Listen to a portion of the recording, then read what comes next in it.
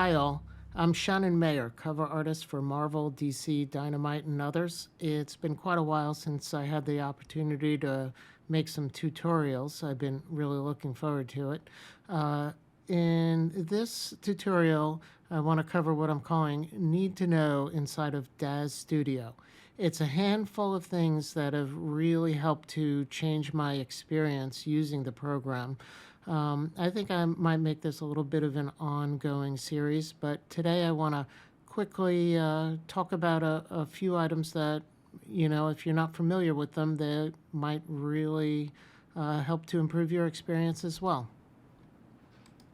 Okay, so why don't we start by discussing the denoiser option within render settings. So in my tabs here, I'm going to click over to render settings.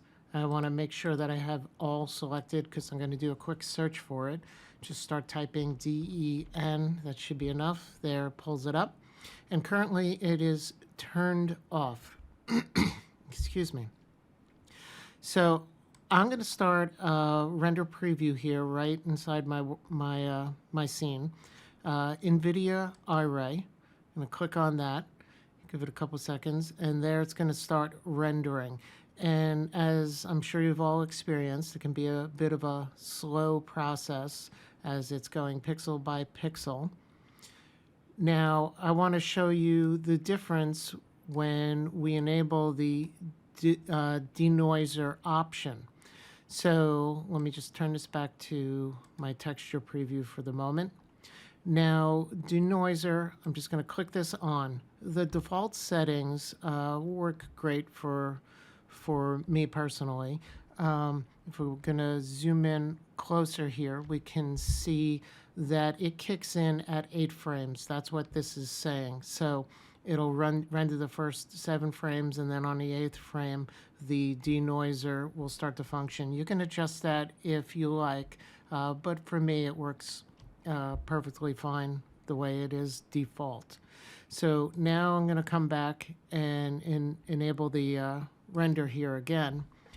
And what we're going to see is, well, you might have just noticed it there. It was so fast that it starts to render pixel by pixel, and 8 frames in, it just pops and it becomes all nice and smooth. Let's get even closer here.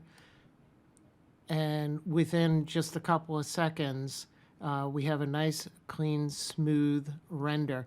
It is still rendering. It's a little bit of a slow process. Like you can see it in the eyes that it'll start to enhance some of the highlights and stuff like that. But for most of my needs, it's relatively done at this point. I usually just let it render, a little bit longer after to get a little bit more refined detail. But for me, that's about all I need. So I went from anywhere from 15 minutes to over an hour renders to literally being done often in seconds. Okay, so now, unfortunately, the bad news of this. For me personally, I've been a long-time Mac user, and when I first came across this, I got really excited about it, and I was like, wow, that's going to be awesome. And I just, no matter how hard I tried, I couldn't get it to work. I finally learned what the issue was. So this is an Nvidia Render, and it only works with an Nvidia graphics card. So I finally had to swallow my pride and pick up PC. The graphics card that I'm currently running is the Nvidia GeForce RTX 3090. It's a very powerful card. From my research, though, and seeing others that were using this render engine, you don't need as powerful a card, but apparently you do need to have an Nvidia graphics card. Okay, so for the next handy need to know, I really wish I knew this way back when, the amount of times that I picked up a hair asset like the one you see here. Let me get a render so you can see it a little bit more clearly. But it has a parted hair, and I'd be like, well, I wish there was an option that they had it both ways.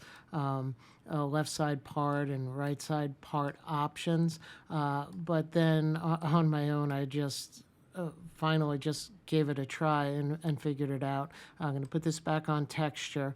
But I'm going to select my hair here. I usually like to use the surface selection. It's the easiest way to select objects in the scene. And then to get rid of the highlight, I click back to the universal tool. So here is my hair. I go into parameters, and now if I scroll down to scale and I look for X scale, I can type in -100, and it's just going to flip the hair. That's all there is to it. I haven't encountered any hair that wasn't able to do this. I did encounter one that the eyeball wasn't turning it on and off, so it wasn't functioning properly. I just added it to a folder first, and then selected the folder and did the -100, and it worked perfectly. So I'm getting my preview going again here. I'm going to go over to Power Pose just so that you can see that the hair is moving with the figure. So it seems to be seamlessly still attached to it, but it was as simple as that, believe it or not. So speaking of folders, that brings us to our next handy need to know, and that has to do with the cameras. So when you're working on your scene, you'll probably notice that if you make a camera here, a camera there, that they can become all spread out within your working scene. And it would be nice to organize them and throw them all into a folder. And well, that actually can cause issues, but there is an option that you can do to fix all that. So if you see here, I'm working with camera 4, and if I start to rotate, it's centralized around my character, the center point in the scene here, and it's all working fine. Now, if I take these cameras, it doesn't matter if it's all of them or one by one, but I say create new group, which is going to create the folder. Just say accept here. And now they're all nice and organized and within the folder. Now, if I just try to navigate with my camera, you'll see that it gets really wonky and its behavior is very odd, and that's not what I want. So I can't work that way. So let me just backtrack here. I'm going to edit and get rid of that group. Now, instead, what I can do is I can create a null. So I'm going to zoom out here, just in case anybody doesn't know what a null is, and I'm going to add it to the scene. A null it's really a non-object. It's just a anchor point, so you can attach something to it. So it displays the anchor point in the scene, but there's really absolutely nothing of substance in the scene. So I'm going to say create, there it is, new null. I'm just going to let that default name, and it drops it here. And there's nothing to see. You can, move it around within the scene, and you can attach things to it. So other programs may have called it an effector or something like that. But I create that, and I just treat that as if it's a folder. I take all my cameras, I drop it into the null. They are attached to the null, but we don't have to use it for anything if we don't want. We can even turn off the eye here. I'm just going to name this cameras, because you can name it anything you want.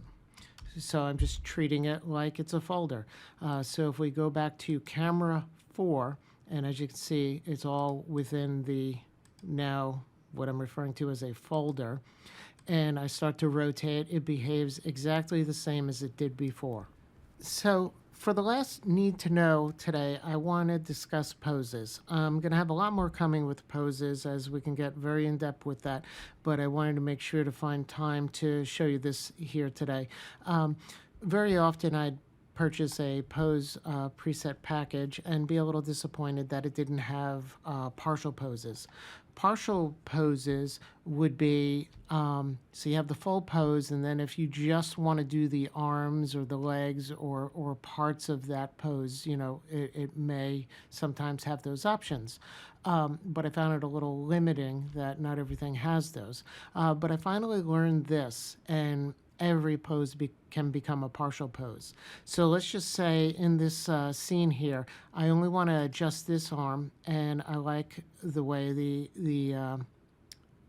arms are posed in this scene.